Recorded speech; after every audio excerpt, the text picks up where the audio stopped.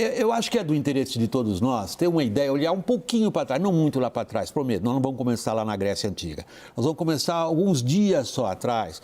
É importante a gente ver, do ponto de vista político, inclusive para a gente antecipar o que vem aí depois, que é o que nos interessa a todos nós, como é que essa votação ganhou corpo. E a gente dividiu isso em dois pedaços. O primeiro é essa articulação dentro do parlamento.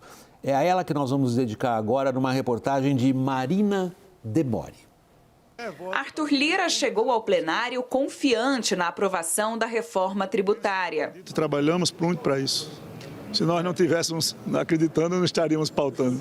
Não à toa, o presidente da Câmara disse que a semana é histórica e ela começou no domingo à noite. Alertado sobre a falta de votos, Lira conversou com líderes partidários e seguiu a semana assim, ouvindo lideranças e pedindo um retorno da temperatura nas bancadas a favor da reforma. Lira bate numa tecla: diálogo. Chegou a falar que não tinha paixão com o texto e que não via problemas em acatar mudanças para ter mais votos. A pressão foi grande. Governadores do Sul e Sudeste se reuniram com as bancadas estaduais em Brasília, fazendo pressão contra a formação do Conselho Federativo. Lira soube, nas conversas e entrevistas, esclarecer esse ponto. O Conselho Federativo não é um órgão de governo. Os recursos não entrarão na conta da União. Os recursos recolhidos pelo IVA entrarão na conta do Conselho Federativo e de lá serão distribuídos. E a Frente Nacional de Prefeitos também foi a Brasília. Houve discursos críticos sobre aumento da carga de impostos para os serviços e a perda de receitas para estados e União. O presidente da Câmara e o relator da reforma, o deputado Aguinaldo Ribeiro, se reuniram com a entidade. O clima mudou após a entrega de 12 reivindicações dos municípios e a promessa de serem atenciosamente analisadas. O presidente da Câmara defende que a PEC é uma pauta de interesse nacional sem bandeiras partidárias. Mas uma alteração no texto feita pelo relator aliado de Lira e de peso mais político do que técnico ampliou o apoio à reforma e foi fundamental para fazer frente ao principal argumento da oposição. Foi a criação da Cesta Básica Nacional para zerar os impostos sobre alimentos, incluída ontem, após parlamentares contrários à atual reforma apontarem uma suposta alta nos preços caso o sistema tributário mudasse.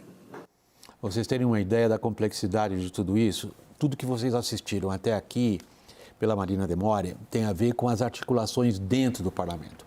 Nós temos uma segunda reportagem agora que trata de como que o executivo, em relação ao parlamento e em relação aos partidos, se articulou, se preparou, tratou de tentar de que maneira coordenar para chegar a esse resultado.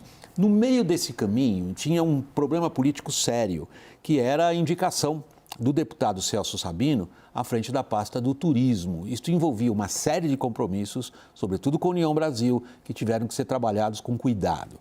Confira então na reportagem de Tainá Farfan. A ministra do Turismo, Daniela Carneiro, ofereceu o cargo ao presidente Lula durante reunião na tarde desta quinta-feira no Palácio do Planalto. No encontro, foram tratadas questões partidárias que motivaram a troca no ministério. Em nota, o ministro Alexandre Padilha afirmou que Daniela demonstrou compreensão com a decisão do governo. O anúncio do deputado Celso Sabino na pasta do Turismo deve ocorrer depois que conversas forem concluídas. O partido quer o Ministério do Turismo por inteiro, inclusive a Embratur. Mas Lula está resistente quanto à ideia de entregar a agência do turismo ao partido. A expectativa é que o presidente se reúna amanhã com Sabino e a cúpula do União Brasil. Mesmo não formalizado no cargo, Sabino atuou diretamente em nome do governo na Câmara para reunir votos a favor da reforma tributária. O deputado assumiu corpo a corpo com a meta de entregar entre 40 e 50 votos da bancada a favor da reforma. O presidente Lula não pensa em 2026. O presidente Lula está pensando em terminarmos bem. E Fernando Haddad, da Fazenda, para tratar da reforma tributária, do projeto que prevê mudanças no Conselho Administrativo de Recursos Fiscais, o CARF, e também do novo marco fiscal. Passamos a semana inteira negociando, né? Tanto aqui quanto na Câmara dos Deputados. Eu penso que nós avançamos muito, dirimimos muitas dúvidas, afastamos alguns fantasmas que estavam assombrando aí. Lula não entrou diretamente nas negociações da principal pauta econômica do seu governo, mas às vésperas da votação da reforma tributária, liberou um valor recorde de emendas PIX, 5,2 bilhões de reais. Na distribuição dos recursos entre os partidos, o Novo teve o maior percentual proporcional de empenho. Já partidos mais consolidados na base de apoio ao governo, como o PSB, o Rede e o PSOL, aparecem nos últimos lugares do ranking de liberação de pagamentos.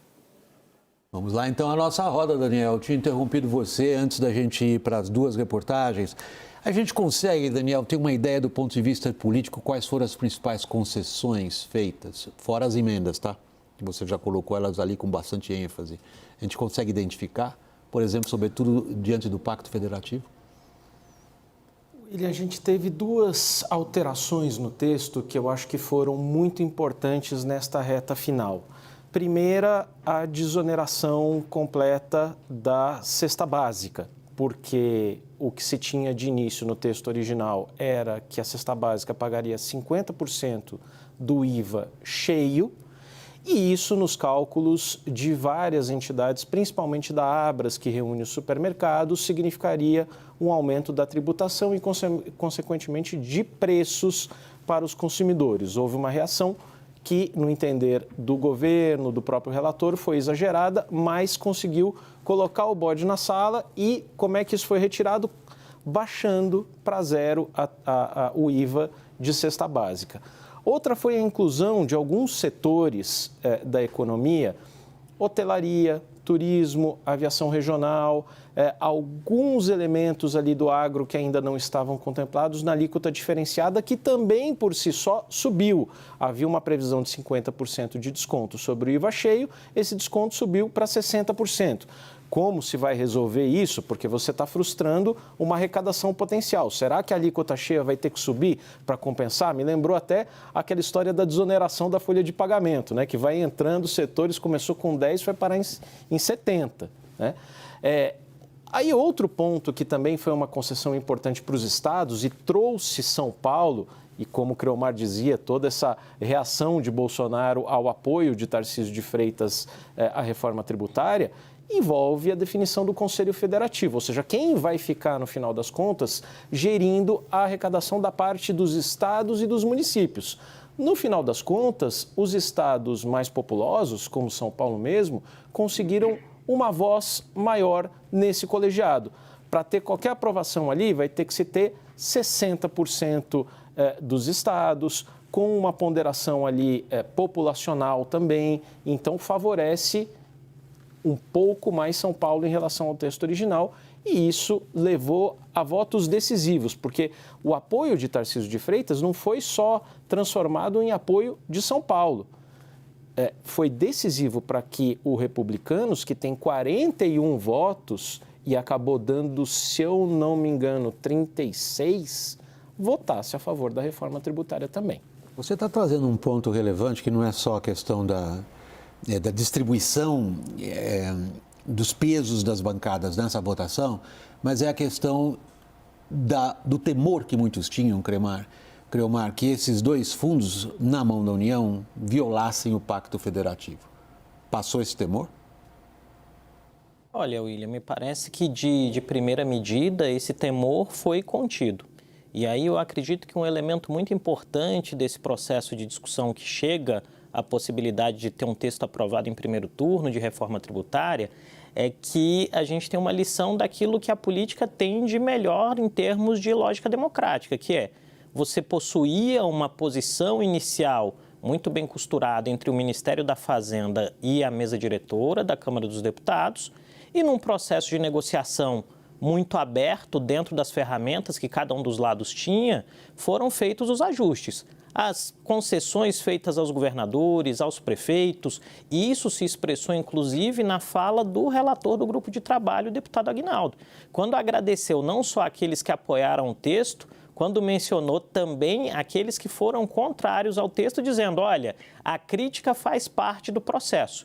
Então, eu creio que hoje, com esse avanço em termos de reforma tributária, há, em determinado sentido, uma sinalização de um de uma faísca de renascimento da política naquilo que ela envolve, que é lidar com o contraditório e assumir uma diferença clara. Isso foi muito bem trabalhado pelo presidente da Câmara, entre aquilo que é pauta de governo e aquilo que é uma pauta fundamental para a melhoria do país em diversos níveis distintos. Tainá, é interessantíssimo ver como o cientista político, o Creomar, assistiu a mesma cena que nós dois assistimos. Nós assistimos ao discurso do relator Aguinaldo Ribeiro, um discurso com aquele estilo de oratória mais tradicional, digamos assim, né? Pré-internet, mas de qualquer maneira muito enfático em estabelecer uma enorme paleta de agradecimentos que iam de todos os deputados, de todas as, digamos, postulados políticos, os governadores. Ele foi agradecendo todo mundo. O Creomar vê nisso algo mais do que nós dois repórteres vimos. Nós dois repórteres o seguinte: lá vamos nós para um discurso tradicional onde uma corporação agradece a si mesma. O Creomar enxerga a faísca da política em torno da possibilidade de pontes entre os, digamos, espectros ideológicos. Você vê assim, Tainá? Eu acho que eu estou mais contigo também. Eu tenho esse olhar desse discurso... Cínico do repórter político, é isso? Eu não combina com você, mas tudo bem. Não, eu tenho. Desse olhar que não causa estranhamento, né? Que é aquele discurso enfadonho, revestido de uma modéstia, mas que não tem nada disso, na verdade. Um autoagradecimento, um momento de holofote, algo natural também, né? Afinal de contas, esperado, né, por ter sido o relator dessa proposta, né? Fez um agradecimento até para o líder do PL, que indicou o voto contrário. Enfim, não esqueceu de nenhum dos nomes, mas nada muito diferente do que a gente costuma ver aos finais das votações, William. É uma autocelebração, no fundo. Uma autocelebração. Mas vamos ver ela pelo outro ângulo, pelo ângulo do Aoudi. Aoudi, quando nós, e acompanhamos isso aqui praticamente hora a hora, quando nós nos debruçamos, nós, repórteres, analistas da política, as, digamos, diversas demandas dos diversos segmentos da economia, em parte isso parecia inatingível. Eu digo um consenso. Em parte era a quadratura do círculo. Em parte notava-se que o que para um era um avanço, para outro era um enorme retrocesso. Como é que você interpreta as concessões, especificamente do ponto de vista dos vários segmentos da economia? Encontrou-se esse consenso? William, eu acho que se encontrou o consenso possível e eu acho que é um avanço de maturidade da sociedade, não só do Congresso, porque essa é uma reforma, diferente de outras reformas difíceis, quando você vai falar previdência, você vai falar privatizações ou coisas desse tipo, onde você tem um segmento específico. Aqui nós estamos falando de uma reforma que envolve todos os estados, todos os setores econômicos, e onde essa necessidade de conciliação, de concertação foi muito grande. Então, mas é este tipo de reforma, que é uma reforma que gera benefícios ao longo do tempo para todos, ainda que exija renúncias, muitas vezes individuais, setoriais no curto prazo, que faz com que os países avancem, que os países se desenvolvam, que sejam mais prósperos. É lógico que nós temos que ter cuidado, e ainda, né, vai passar provavelmente por alguma modificação em Senado, vai voltar para a Câmara, e tem que se cuidar para não se abrir um leque muito grande de exceções, porque se você começa a abrir muitas exceções, o que vai acontecer é que a alíquota padrão ela tem que ser mais alta. É lógico que, mesmo com essas exceções que foram feitas hoje, né, se tinha antes uma alíquota de 50% da alíquota máxima para educação e saúde, entrou o agronegócio, puxou para 40%, e aí puxou junto educação e saúde e outros setores, ainda assim é algo muito mais simplificado do que o emaranhado de milhares de casos, alíquotas, né, sistemas de base de cálculo, incentivos que tem hoje e que gera essa ineficiência para a economia como um todo. Mas eu acho que, ao final, o que aconteceu hoje foi, sim, um sinal de maturidade, não só do Congresso, mas da sociedade expressa nessas negociações do Congresso. Daniel está me pedindo a palavra, Daniel? Rapidinho, William, a nossa Raquel Landim pode não estar aqui na mesa conosco, mas não para, está assistindo e, mais do que assistindo, apurando. E aí ela nos conta o seguinte, falou com o Haddad durante o programa, ministro Fernando Haddad da Fazenda, que comentou a reforma tributária no seguinte sentido: é uma reforma de muitos governos. Juntou Aguinaldo Ribeiro, Roberto Rocha, para citar o relator da PEC 110, que tramitou no Senado na legislatura passada e não foi adiante. Bernard Api, começou em 2016, coloquei no meu programa de governo em 2018, no meu programa de Fernando Haddad como candidato à presidência da República. Não foi à toa que teve 400 votos. E, para concluir, agradeceu Tarcísio de Freitas. Tarcísio teve grandeza de apoiar uma reforma para o país. Está aí a Raquel Landim trabalhando até quando ela não está aqui.